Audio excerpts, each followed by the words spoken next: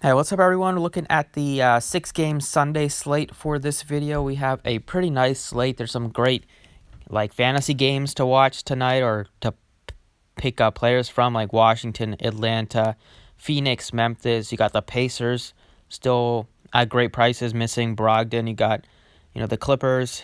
They're not in a good spot, but they still have Kawhi and Williams. And you got the Celtics and their injuries.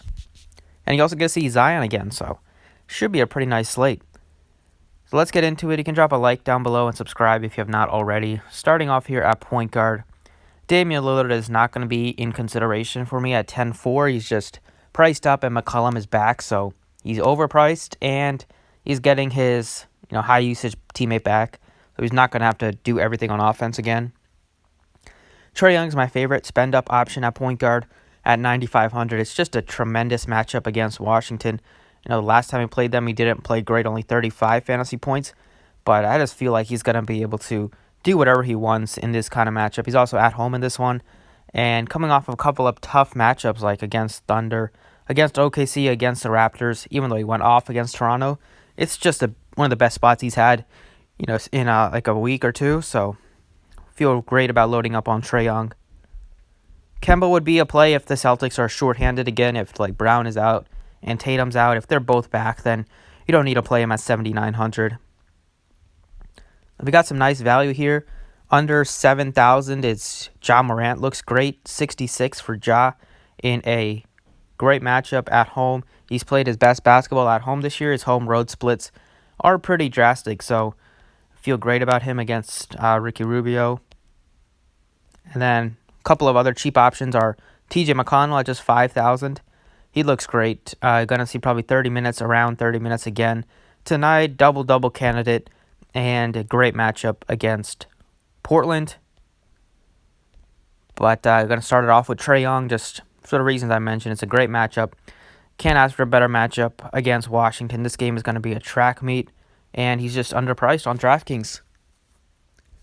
Over at shooting guard, it makes a lot of sense to run it back with a Bradley Beal. If you play Trey Young, these two have the best chance of going off for their respective teams.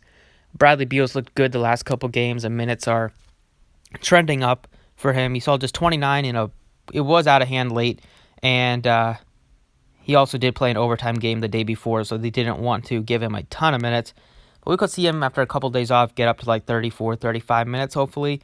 And in this type of matchup, he could easily drop 50, close to 60, and he's still priced cheap. 82 is still a huge discount from the Bradley Beal, from the price tag that we're getting on Bradley Beal in November and December when he was above 9,000. So I want to take advantage of that. I also think Jaylen Brown, if he's back at 65, is a great play at that price point. I like Fournier a bit at 5,900. Brooks also sticks out. He's been playing great, especially at home as well. And I like playing the Grizzlies at home. Coming off of a 2-game road trip, it was not the best in terms of just fantasy games against Pistons and against the Celtics. But now it's a great matchup against the Suns. He should be able to have some success here. And just with the way he's been playing, he's been one of their most consistent just scorers. A lot of games he's been scoring 20+. A couple games he does struggle, but those were some tough matchups against Boston. The Golden State one was a little peculiar, but against Denver, he only had 7 points against OKC. So in these good matchups, he's usually been more consistent than not, and it's a great matchup. So feel good about him being able to be a solid option tonight. And you could even consider Aaron Holiday at 45. But really, I think Jeremy Lamb is also underpriced. On DraftKings, his price didn't move. He's only 4,400 again. I want to take advantage of that price point. But as Bradley Beal at shooting guard, he's just the best option to run it back if you're playing Trey Young like I will be. It's a great matchup. Can't ask for anything better. Small forward Kawhi Leonard looks great. He's basically been a lock for at least 60 or at least 50, but in these types of matchups, he can get you 60 without Paul George, who's out again tonight. Just going to be having all the usage on offense. Lou Williams does take some away, but he's been coming off the bench. So with the starters, nobody really takes any usage away. He's been taking a boatload of shots, 20+ a night. Great rebounder. He's great at getting blocks and steals as well. Not really interested in Gordon Hayward, especially if Tatum's back or if Brown's back to 7,300. Kelly Oubre looks fine at 63. I like TJ Warren at 6,000. The Pacers' prices didn't move at all, and they're missing Brogdon again, and it's another great matchup. So I feel good about getting on the Pacers train once again, like I was the other day. And then I would say that 4,400 for Jeremy Lamb also looks great. So probably play him here at small forward. At power forward, at the top, it's Sabonis looks great. All the Pacers look great tonight. All the starters do. He's going to be matched up against Carmelo Anthony, and we've seen basically every power forward have a monster game against Carmelo. This year, Sabonis should be no different. I'm expecting another 40-plus point outing.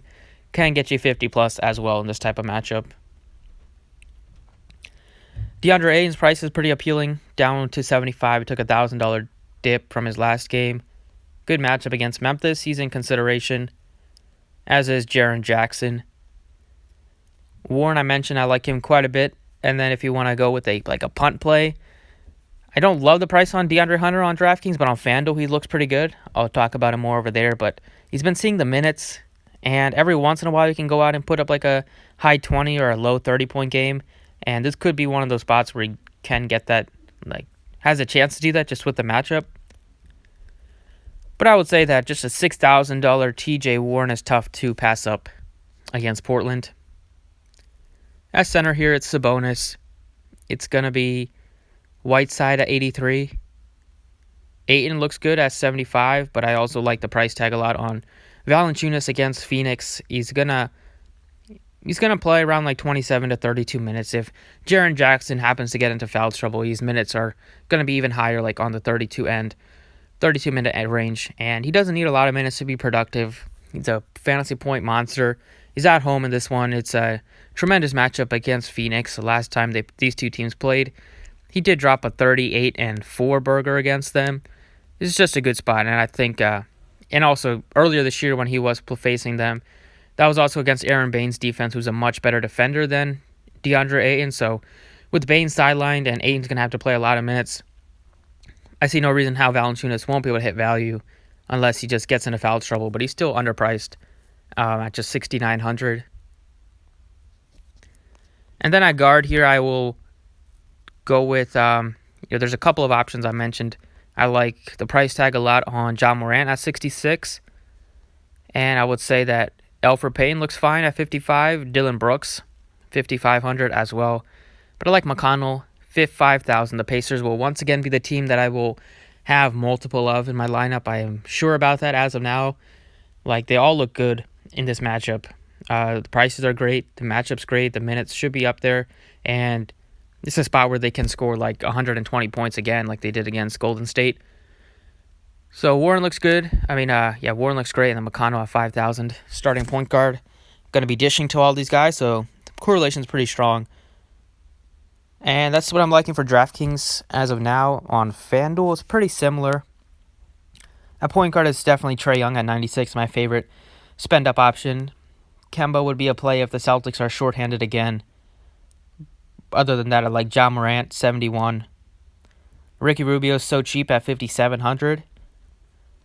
But I still like TJ McConnell, his price tag at just 4,600. He has that 40-point upside here. Pretty safe to get you 30 fantasy points just because he's a great per-minute guy, just because he does rack up assists. He's not going to go out and score 20-plus points very often, but if you give him minutes more often than not, he's going to be productive, and especially in a matchup against Portland, I feel pretty good about it. Over at shooting guard, it's Bradley Beal at 8,300. It's Dylan Brooks at just 5,200. It's also Fournier, I like him at 51. And I also like Jeremy Lamb. Those are the four that stick out a lot. And then you could punt with a J.J. Redick, who's only 3,900, or a Kyle Anderson, who probably will start in place of Jay Crowder, but they're a little bit more risky. I will say that Brooks is just really cheap on FanDuel. He's cheaper than he is on DraftKings, which is always a pretty good sign. And I feel good that he can get you at least 30 in this matchup, and we've seen him go off for 40 a couple of times, and his 50-point game was against a fast-paced team. So I feel confident that he won't be able to that he won't bust in a spot like this. At small forward, it's Kelly Oubre at 67. It's Gordon Hayward's more appealing on Fanduel, especially if they're shorthanded at just 6,000, as is TJ Warren. And then the guy I wanted to mention was Deandre Hunters, only 3,800 on Fanduel. When you have him in the range of like a Nasir Little, Solomon Hill, same price as those guys, he has clear upside and clear opportunity to go off. Just with the minutes that he's playing like 30 to 36 minutes here in close games. As of late, the minutes will probably go down to like 32, 33 now that they're getting a little bit more healthy with like Alex Len back, and so there's not a ton of minutes to go around in the front court, but he's still been starting, and if you give him starter minutes at 3,800 on a price like this, I think in a matchup like this, he can have one of his ceiling games, and he's not going to be popular, so he would be the guy that I would keep an eye on at just 3,800. But TJ Warren is also going to be my guy at 59 on FanDuel. At power forward, it's the two spend-ups. I like them a lot, Kawhi and Sabonis. I would say Jared Allen looks great if DeAndre Jordan misses again at just 6,000.